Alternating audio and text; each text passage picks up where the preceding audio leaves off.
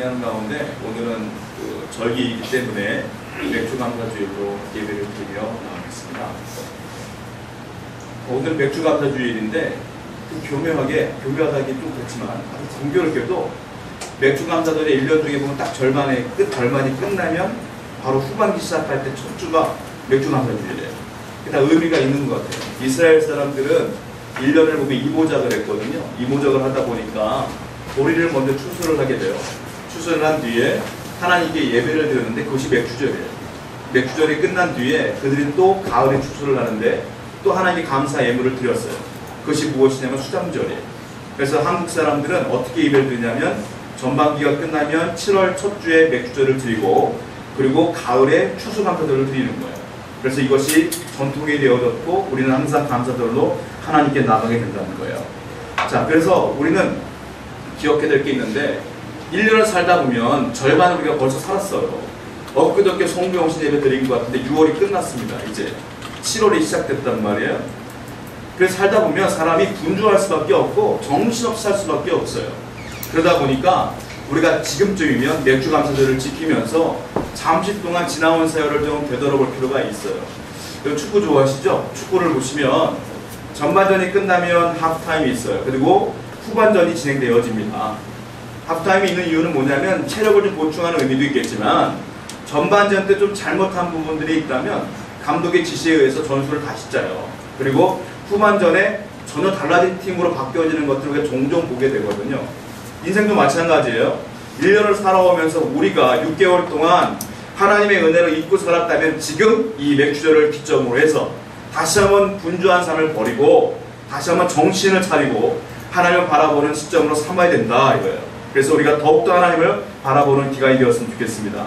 자, 본문 말씀을 짧기 때문에 한 번만 더 다시 한번 읽어봤으면 좋겠는데요. 우리 본문 말씀을 한 번 더 같은 목소리로 읽겠습니다. 시작. 예수 그리스도는 오늘의 설교 제목은 그거예요. 어제와 오늘 그리고 내일. 오늘 말씀 가운데 그것이 다 포함되어 있거든요. 읽어보면 예수 그리스도는 어제나 그리고 오늘이나 영원토록 동일하십니다. 어제는 과거요, 오늘은 현실입니다. 그리고 영원토록은 미래가 포함되어 있는 거예요. 그러니까 과거, 현재, 미래 동안 하나님은 뭐하다고요? 동일하시니라.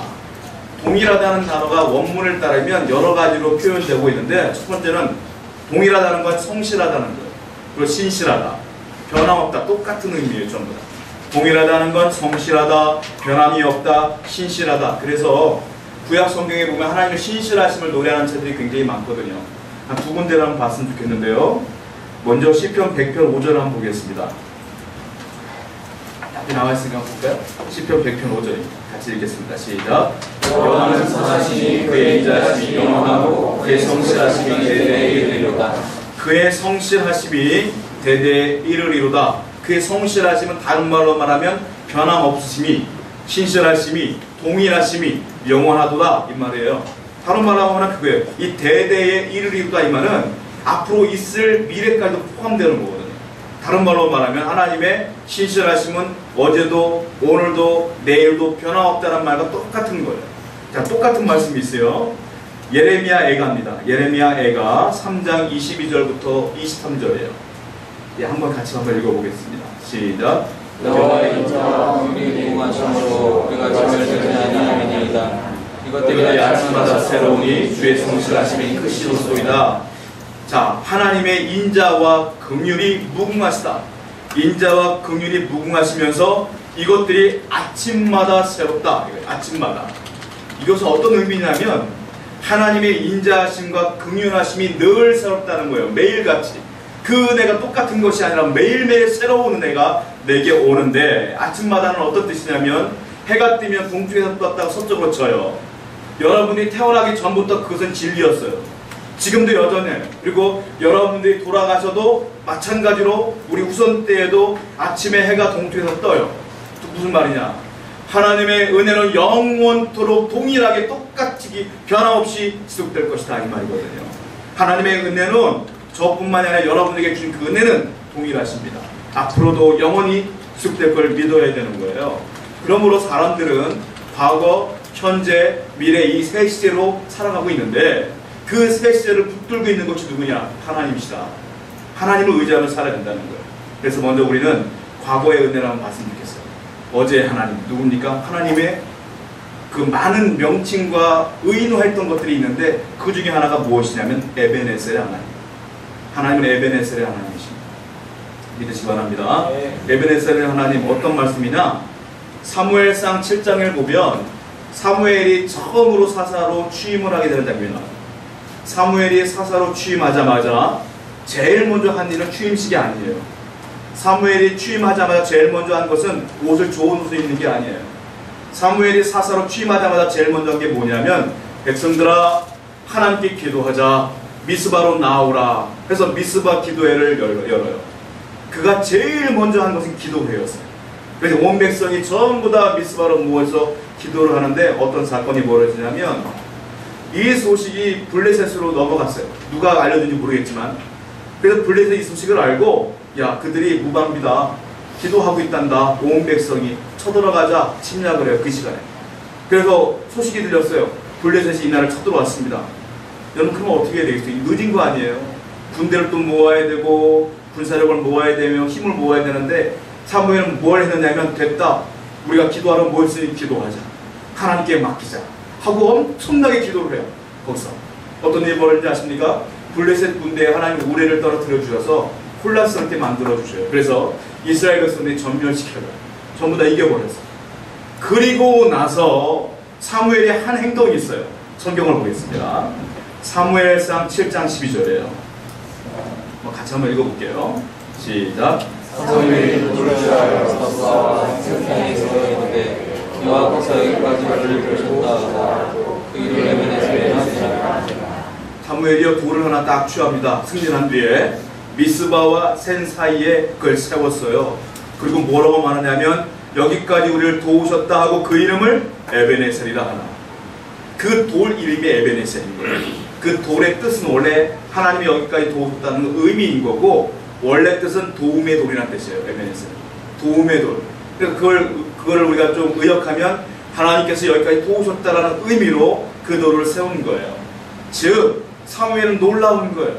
오늘도 역사하시는 하나님, 과거도 그렇게 나를 사랑하셨던 하나님, 그렇게 인도하셨던 하나님, 오늘도 역사하시는구나. 그 은혜를 기억했던 거예요. 여러분, 우리가 이 시간에 예배하고 있다는 것 자체가 기적이에요. 은혜예요. 여러분들의 과거를 살펴보세요. 10년 전, 20년 전, 아니 1년 전, 2년 전으로 생각해 보세요. 내가 과연 얼마나 많은 고난과 역경과 고민과 번뇌가 있었습니까? 그 많은 어려움 가운데 믿음을 성취했고 하나님의 은혜를 갖고 여기 나온 거 아닙니까? 그 은혜를 기억하는 사람은 감사가 터져 나오는 거예요. 그 은혜를 모르는 사람은 원망이 나오고 늘 고민되는 거죠. 오늘 여러분 다시 한번 하나님께 감사했으면 좋겠어요. 하나님이 예전에도 그렇게 사랑하신 하나님께서 여러분을 여기까지 인도하신 건 아니겠습니까? 주마등처럼 여러분의 과거를 딱 들어보세요. 하나님의 은혜가 아니면 여기 있지 못해요. 그 심각했던 고민들 그때는 심각했지만 지금은 이겨냈기 때문에 여기 있는 거 아니겠어요? 하나님의 은혜가 아니면 여기 있지 못합니다. 그 은혜를 기억하자는 것.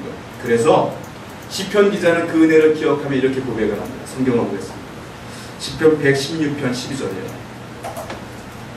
한번 같이 한번 읽어볼게요. 시작.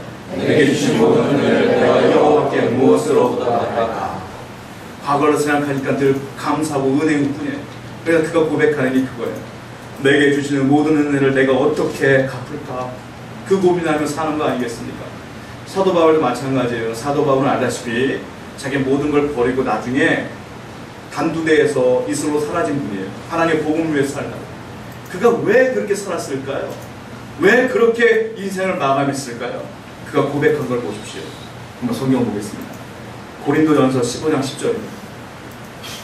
한번 읽어볼게요. 시작. 그러나 내가 받은 것은 하나님의 은혜로 된 것이니 내게 주신 그의 은혜가 헛되지 아니하여 내가 받은 것보다 더 많이 수고하였으나 내가 하는 것이 아니라 오직 나와 함께 하신 하나님의 은혜로라. 그가 고백합니다. 지금 내가 나된 것은 하나님의 은혜로다. 내 힘이 아니고 하나님의 은혜로다. 그러니까 그 은혜를 갚기 위해 나는 주를 위해 살게 된다. 할렐루야. 여러분들이 하나님의 은혜를 기억하며 사는 것이 하나님께 보답하는 겁니다. 내가 그 하나님의 은혜를 잊는 순간, 하나님의 은혜를 잊는 순간 내게는 절망과 두려움만 오는 거예요. 오늘 다시 한번 맥주절을 맞이하여 우리는 하나님의 은혜에 감사하며 살아가시는 저와 여러분에게 축복합니다. 두 번째, 현재의 은혜를 기억해야 돼요. 현재의 은혜를 나타내는 단어가 있는데 그것은 바로 임마누엘입니다. 임마누엘 단어가 바로 현재의 은혜를 이야기하고 있다는 거예요. 임마누엘은 무엇이냐면 예수님이 이 땅에 탄생하시기 전에 수태고지를 통하여 그 아들의 이름을 임마누엘이라고 해라 라고 얘기했던 걸 기억하실 거예요. 성경을 한번 보겠습니다. 마태복음 1장 23절 말씀이에요. 읽겠습니다. 시작. 보라, 천사가 잉태 하여 아들을 낳을 것이요 그의 이름은 임마누엘이라 하셨으니 이를 번역하면 하나님이 우리와 함께 계시다 하니라. 임마누엘의 뜻이 무엇이냐? 하나님이 우리와 함께 계시다. 임마누엘 뜻이에요. 함께 계시다는 건 뭐예요? 지금 계시다는 거 아니겠습니까? 하나님이 현재 은혜로 우리에게 주셨어요. 그것이 바로 임마누엘이에요. 자, 여기까지 끝난 것이 아니라 예수님께서 마지막 십자가에 달려 돌아가신 뒤에 부활하십니다. 부활하시고 승천하시면서 마지막 사명을 주셨어요. 너희는 만민에게 복음을 증거해라 마지막 사명을 주시면서 약속도 했는데 그 약속이 기가 막혀요. 성경을 보겠습니다. 마태복음 28장 20절이에요. 마태복음 28장 20절 시작. 내가 너희에게 공부함으로 본 것을 가르쳐 지키게 하라. 여자를 세상 끝날까지 너희와 함께 지키라. 맨 마지막 보세요. 내가 세상 끝날까지 너희와 항상 함께 있으리라. 이것이 임마누엘. 예수님이 마지막 하신 말씀이 이거였어요. 돌아가시고 승천하시면서 내가 너희에게 임마누엘 되리라 로 올라가십니다. 하나님은 여전히 여러분과 임마누엘 되심을 믿으시기 바랍니다. 그럼 예수님이 안 계시잖아요. 어떻게 임마누엘이십니까? 성령님으로 임마누엘 하시는 거예요. 지금도 여러분 곁에 늘 성령께서 함께 계심을 믿으시기 바랍니다. 우리가 그걸 기억해야 된다는 거예요. 자, 하나님이 함께 계시는데 주님이 옆에 계시는데 인생을 살면서 두려워할 것이 무엇이 있으며 걱정할 것이 무엇이 있겠어요. 근데 많은 분들이 이 임마누엘을 잊어버리니까 두려워하는 거예요. 하나님은 우리에게 또 말씀하세요. 성경을 보겠습니다. 구약 성경이에요. 이사야 41장 10절이에요. 한번 읽어볼까요? 시작. 두려워하지 말라. 너와 함께하리라. 놀라지 말라. 나는 내 하나님의 힘이라. 내가 너를 굳세게 하리라. 참으로 너를 도와주리라. 참으로 나의 의로 얻은 손 너를 붙들리라. 뭐라고 했어요? 두려워하지 말라. 내가 너와 모여 함께함이라. 임마누엘 아니겠어요? 하나님이 함께 계시는데 왜 두려워합니까? 왜 걱정합니까? 왜 염려합니까? 여러분, 우리는 걱정할 존재가 아니에요. 하나님께 감사하는 존재지. 할렐루야. 걱정할 게 무엇이 있겠습니까? 내 미래 내가 원하는 대로 되는 거 하나도 없어요. 하나님이 이루셔야 되는 거예요. 그러면 늘 감사하시기 바래요. 이 와중에도 그 많은 성경 가운데 임마누엘을 얘기하는 게 많은데 그 중에 대표적인 성경이 하나 있어요. 시편입니다. 시편 121편 4절과 6절이에요. 한번 보세요. 시편 121편 4절과 6절입니다. 시작. 이스라엘을 지키는 졸지도 아니하시고 주무시지도 아니하시리로다. 여호와는 너를 지키시는 이시라. 여호와께서 내 오른쪽에서 내 그늘이 되시나니 낮에 해가 너를 상하지 않게 하느니라. 밤의 달도 너를 해치지 아니하리로다. 아멘. 하나님 우리를 지키시는데 졸지도 아니하셔요. 그러므로 두려워할 일과 전혀 없어요. 여호와께서 우리에게 임마누엘 되시기 때문입니다. 할렐루야. 근데 많은 분들은 이것을 간구하고 자꾸 엉뚱한 것을 의지해요. 대표적인 게 돈이에요. 물질이에요. 성경에서 오죽했으면 그 돈이라는 물질을 콕 집어서 얘기를 해요. 돈 의지하지 말라고. 많은 사람들이 그렇게 의지했던 것 같아요. 성경을 볼까요? 히브리서 13장 5절부터 6절 한번 읽어보세요. 히브리서 13장 5절부터 6절 시작. 돈을 사랑하지 말고 있는 말을 족한 줄로 알라. 그가 친히 말씀하시기를 내가 결코 너희를 버리지 아니하고 너희를 떠나지 아니하느니라. 그러므로 우리가 담대히 말하되 주는 나를 돕는 이시니 내가 무서워하지 아니하겠노라. 사람이 내게 어찌하리요 하노라. 돈이 별로 없어도 괜찮다는 거예요. 왜? 그가 친히 말씀하시기를 내가 결코 너를 버리지 아니하고 너희를 떠나지 아니하리로라. 돈이 있어도 괜찮고 없어도 괜찮다. 근데 많은 사람은 돈이 있어야 될 거예요. 그래야지 안심합니다. 하나님께서 말씀하세요. 두려워하지 않는 이유는 내가 든든하기 때문이 아니라 하나님이 계시기 때문에 두려워하지 말라는 것이지 내가 많은 것들을 소유하기 때문에 두려워하지 않는 것이 아니라는 거예요. 많은 것들을 소유해도 두려워할 수밖에 없잖아요. 그걸 기억하시고 임마누엘 된 하나님을 기억했으면 좋겠습니다. 제가 예전에 지금이야 설교한 지가 굉장히 오래됐기 때문에 조금 약간 잊어먹거나 원고가 없고 그래도 잘 넘어가요, 지혜롭게. 근데 처음 사역을 시작했는데 제가 설교를 준비를 했는데 제일 어려웠던 것 중에 하나가 설교 준비, 목회가. 다른 목사님도 새벽 기도를 하는데 나는 설교가 제일 어려웠어요. 제가 첫 사역을 하는데 설교를 준비를 하는데 제목과 본문을 정해야 되잖아요. 그래서 준비를 할 거잖아요. 제목과 본문을 정하려고 성경을 읽기 시작하는데 하나도 모르겠는 거예요. 그래서 일주일 동안 준비를 하는데 창세기부터 읽기 시작해서요. 요한계시록까지 일주일 동안 다 읽었어요. 그런데도 본문과 그 제목을 못 잡겠는 거예요. 처음에. 설교단에 쓴다는 것이 부담스러워서. 엄청 울면서 진짜 나도 모르게 눈물 뚝뚝 떨어지면서 이걸 왜 시켰는지 하나님께서 고민하는 설교 준비를 했거든요. 그렇게 해서 간신히 원고를 하나 만들었어요. 만들어가지고 정말로 눈물로 만들어가지고 설교 준비하러 강당에 올라섰는데 서서 알았어요. 원고를 안 가져왔다는 것을. 원고를 안 가져온 거예요. 머리가 하얗고 막 그런데 그때 설교하기 전에 이제 밑에 있는데 기도를 하고 있는 거예요. 기도를 쭉 하고 있는데 담임 목사님이 하시고 제가 이제 전도사로서 설교를 하는 건데 머리가 하얘요. 근데 하나님께서 뭐라고 말씀하십니까? 너는 원고를 의지하니 나를 의지하니. 조용히 말씀하십니다. 마음속에. 하나님을 의지했죠. 근데 자꾸 원고에 이렇게 휩싸여갖고 머리도 하얘지고 그러냐는 거 두려워. 아 그렇죠. 마음이 차분해지더라고요. 그 말씀을 들으니까. 원고 없이 올라갔어요. 첫 설교인데 원고 없이 올라갔어요. 원고 없이 올라가서 설교를 하기 시작하는데 이 기가 막혀요. 제가 머리가 좋은 사람이 아닌데 갑자기 지혜를 주셔서 토시 하나 틀리지 않고 막 생각이 나는 거예요. 그 원고들이. 또 외워서 그걸 다 했어요. 성도님들이 와 젊은 사람이 외워서 한다는 둥 별 얘기를 다 들었어요. 저는 외운 게 아닌데 하나님 생각나게 하시고 있습니다. 저는 그때 깨달았거든요. 목사인 저조차도 원고를 의지하고 살아가는 때가 한두 번이 아니었는데 성도 여러분들은 세상을 살면서 하나님을 왜 나도 모르게 의지할 게 얼마나 많겠습니까? 여러분 기억해야 돼요.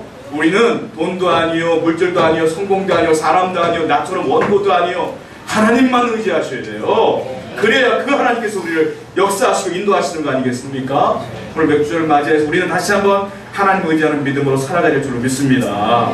수학기호로 하나님을 의지하자 말하자면 굳이 말하자면 무한대예요. 무한대. 그러니까 우리가 딱 봤을 때 숫자가 아무리 커도 무한대가 빠져버리면 마이너스가 되는 거예요. 그리고 아무리 숫자가 작아도 심지어 마이너스일지라도 무한대가 들어가면 플러스 무한대가 되는 거예요. 하나님이 계시면 아무리 약해도 강한 사람이 되는 거고 하나님이 없으면 아무리 강해도 약한 사람이 되는 거예요. 그것이 바로 하나님 믿는 믿음 아니겠습니까?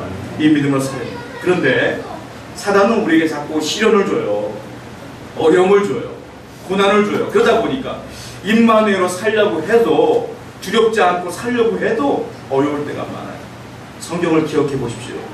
우리가 감당하지 못할 시험은 하나님이 주시지 않는다고 그랬어요. 역으로 생각하면 내게 있는 시험과 고난은 다른 말로 말하면 하나님이 허락하신 거라는 거예요. 왜? 필요하니까 허락하신 거라는 거예요. 다른 말로 생각하면. 그러니까 역경과 고난과 문제가 생겼을 때는 두려워할 것이 아니라 내가 필요한 거구나. 이것 때문에 내가 하나님의 은혜를 경험하겠구나. 라고 감사히 받으셔야 돼요. 제가 라디오를 종종 듣는데 새벽 기도로다 라디오를 들었어요. 선교사님 한 분 간증이 나오더라고요. 그 연세가 좀 많으신데 여자분인데 싱글이에요. 그분이 어떤 간증을 하시냐면 오지에서 이제 선교 사역을 하시는데 한 교회에서 후원을 하는 걸로 갔대요. 한 교회에서. 대단하신 거예요. 그렇게 하기 쉽지가 않은데. 근데 선교를 하다 보니까 속에 병이 난 거예요, 이분이. 병이 나서 음식을 섭취를 못할 정도 됐는데 어쩔 수 없이 옆에 있는 곡식 같은 곳들 가서 죽을 만들어 먹었는데 아이들 주라고 그 교회에서 분유를 몇 통을 줬대요. 보니까 전지 분유가 많이 있는 거예요. 먹을 것이 없어서 이분이 그 죽과 전지 분유만 먹게 되는 거예요. 그런데 성교비가 들어와야 되는데 안 들어와요. 성교비가. 들어와야 곡식을 사는데 들어오질 않는 거예요. 하루, 이틀, 사흘 언제까지 안 들어오냐면 한 달 동안 안 들어와요. 결국은 이 교회에서 잊어먹게 있었던 거예요. 성교비 내는 거를. 한 달치를 잊어먹었어요. 한 달 내내 죽을 먹으며 분유를 먹고 살았어요, 이분이. 그 결국은 나중에 두 달째 됐는데 성교비가 들어와서 그때 이제 음식을 사서 드셨대요. 건강을 되찾으시고 한국 나와서 교회에 선교를 하시는 거예요, 설교가. 선교 보고를 하시다가 자기도 모르게 서러워서 그 간증을 하시는 거예요. 여러분들이 잠깐 한 달 잊어먹었을 때 너무 힘들었어요. 이게 딱 하고 내려왔는데 그 교회에 의사 한 분이 계셨대요. 의사분이 딱 오시는 선교사님과 대화를 합니다. 그랬더니 선교사님, 그때 증상을 한번 얘기해 주세요 라고 해서 이런 증상 저런 증상 쭉 얘기했는데 의사가 뭐라고 하냐면 그때 죽 안 드셨으면 돌아가셨을 거예요. 왜요? 그 병은 죽 먹어야 해요. 한 달 이상을. 하나님께서 어쩌면 이 교회에 성경을 읽게 했는지 모르겠어요. 그 죽을 드셔서 나으신 거예요. 그 얘기를 하더래요. 선교사님 그때 그 얘기를 듣고 회개를 했어요. 죄송합니다. 여러분, 우리 가운데 고난과 역경이 있을 수 있어요. 그러나 하나님이 여러분 떠난 게 아니에요. 다 필요하기 때문에 준 걸 믿으시기 바랍니다. 다 그것이 하나님의 은혜로 된 거예요. 그러면 그것이 임마누엘 하나님 믿는다면 다 극복해낼 수 있는 상황입니다. 자, 또 하나의 은혜를 기억했으면 좋겠어요. 바로 내일의 하나님, 미래의 하나님. 무엇인 줄 아세요? 여호와 이레예요. 여호와 이레. 여러분, 미래의 특징을 우리가 한 가지 얘기하자면 미래는 불확실하다는 게 특징입니다. 미래가 확실한 사람이 이 땅에 아무도 없습니다. 불확실하기 때문에 많은 사람들이 하는 게 뭐냐면 예금이에요. 예금. 저는 가끔 TV를 보면 홈쇼핑에서 요즘 그렇게 보험이 많이 선전하는 거예요. 이야, 이렇게 사람들이 불안해하나 보다 생각 들어요. 왜냐하면 보험이라는 것이 내 미래가 불확실하기 때문에 보험을 드는 거 아니겠어요? 그런데 그러다가 이제 건강하게 돌아가시면 뭐 보험금도 못 찾고 끝나는 거겠지만 여하튼 보험을 그렇게 듣는 거예요. 미래가 불확실하니까. 여러분, 미래는 불확실해요. 그러나 그것도 소용없어요. 사실은 우리에게 유일하게 안전장치가 하나 있는데 그것은 바로 하나님이야. 아버지만이 확실한 미래인 줄로 믿습니다. 그분이 도우셔야 되는 거지, 그분이 내게 건강을 주셔야 되는 것이지, 내가 아무리 애쓴다고 해도 건강이 찾아오는 거 아니에요. 하나님이 지켜주셔야 되는 거 아니겠어요? 자, 이 아브라함이 말씀했던 그 여호와 이레는 본문 한번 말씀드리겠는데 창세기 22장 14절에 제가 나와 있어요. 한번 보겠습니다. 창세기 22장 14절입니다. 같이 한번 읽어보겠습니다. 시작. 아브라함이 그런 여호와 이레를 쓰고 오늘까지 사람들이 이르기를 여호와의 산에서 준비되리라 하더라. 알다시피 자기 아들을 모리아 산에서 제물을 바치려고 했을 때에 하나님이 이삭을 죽이지 말아라 말씀하시고 옆을 봤더니 수자가 한 마리가 걸려 있었어요. 그래서 그 양으로 하나님께 제사를 드린 후에 아브라함이 고백한 것이 이거예요. 하나님이 다 준비해 놓으셨구나. 여러분, 하나님이 여러분들의 미래를 다 준비해 놓고 계셔요. 그것이 여호와 이레 아니겠습니까? 미래의 하나님 아니시겠어요? 성경은 그런데 우리에게 두 가지를 얘기하고 있어요. 뭐냐면 그래도 미래를 너무 자랑스럽게 낙관하지 말아라. 두 번째, 그렇다고 해서 미래를 너무 절망스럽게 비관적으로 보지 말아라. 둘 다 문제라는 거예요. 내 미래가 지금 잘 된다고 해서 내 미래가 영원히 잘 될 것이라고 착각하지 말라는 거예요. 성경을 볼까요? 잠언 27장 1절입니다. 잠언 27장 1절이에요. 읽겠습니다. 시작. 너는 내 일을 자랑하지 말라. 하루 동안에 무슨 일이 일어나는지 내가 알 수 없음이니라. 내일 일이 어떻게 벌어질지 누가 알겠냐는 거예요.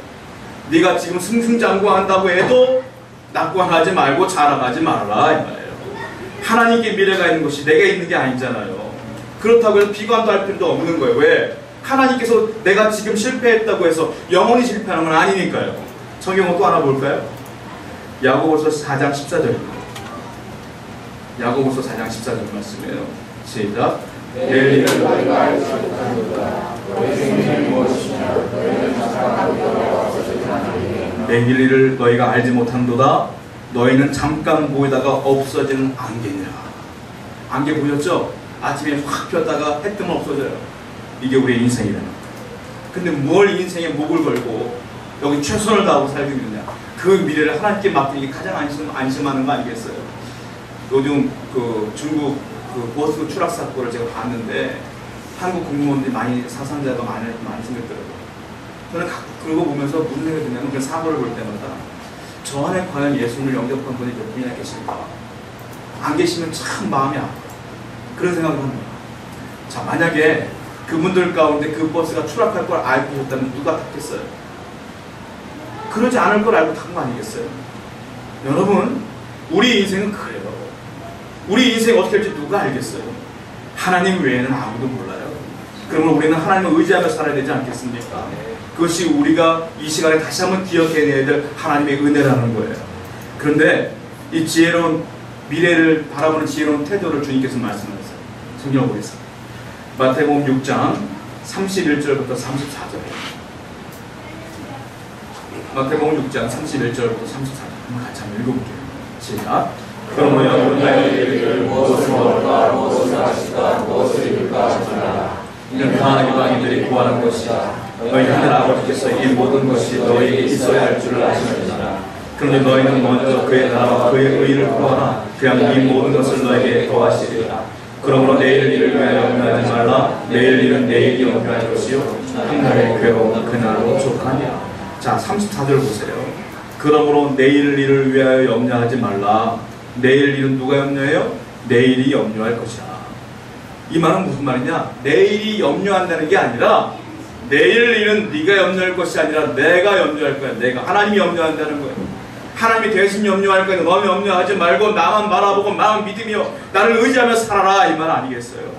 여러분의 미래는 하나님이 염려하십니다. 그러므로 우리 하나님 바라보며 믿으며 살아야 되는 거예요. 이걸 다른 말로 노후대책이라는 거예요. 우리가 늙어도 하나님이 보호하실 줄로 믿습니다. 그런데 노후대책보다 더 중요한 게 있어요. 뭔 줄 아세요? 사후대책이에요. 죽은 뒤에 어떻게 하냐. 그런데 우리 하나님께서는 사후대책도 말씀하셨어요. 자, 누가복음 12장 16절부터 21절의 말씀 가운데에 20절 말씀 볼게요. 누가복음 12장 20절 읽겠습니다. 시작.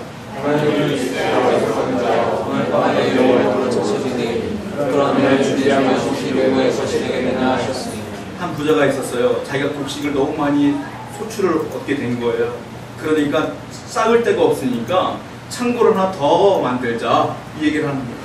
그러니까 하나님께서 말씀하시는 거예요. 하나님이 이르시되 어리석은 자여, 오늘 밤에 네 영혼을 내가 찾아가면 그 쌓은 창고가 무엇이 중요하겠느냐. 그럼 너는 오늘 지금 나를 바라보고 나를 믿어라. 이것이 사후대책. 그런데 대책이 없잖아요. 예수님께서 대책을 마련해 주셨어요. 성경 볼게요. 요한복음 14장 2절부터 3절 그리고 6절 말씀 볼게요. 마지막 성경이니까 같이 읽어볼게요. 요한복음 14장 2절부터 3절에 시작. 내 아버지 집에 거할 곳이 많다. 그렇지 않으면 너에게 이르렀으리라. 내가 너희를 위하여 거처를 예배하러 가노니 가서 너희를 위하여 거처를 예배하면 내가 다시 와서 너희를 내게로 영접하여 나 있는 곳에 너희를 있게 하리라. 6절입니다. 시작. 예수께서 이르시되 내가 곧 길이요 진리요 생명이 나로 말미암지 않으면 아버지께로 올 자가 없느니라. 우리가 죽고 나면 하늘나라에 하나님께서 예수님께서 거처를 다 예배해 놓으셨대요. 그리고 하신 말씀이 6절 말씀이에요. 그러므로 내가 곧 길이요 진리요 생명이니 나로 말미암지 않으면 아버지께로 올 자가 없느니라. 너희들이 해야 될 유일한 일은 나를 믿는 것입니다. 주를 믿으면 노후 대책과 사후 대책과 현재와 과거와 미래가 다 해결되는 것입니다. 할렐루야. 그럼 다시 한번 우리가 일주일을 살아갈 터인데 이제 반년을 살았는데 마지막 6개월 동안 하나님 바라보며 하나님 믿으며 살아가는 저와 여러분에게 축원드립니다.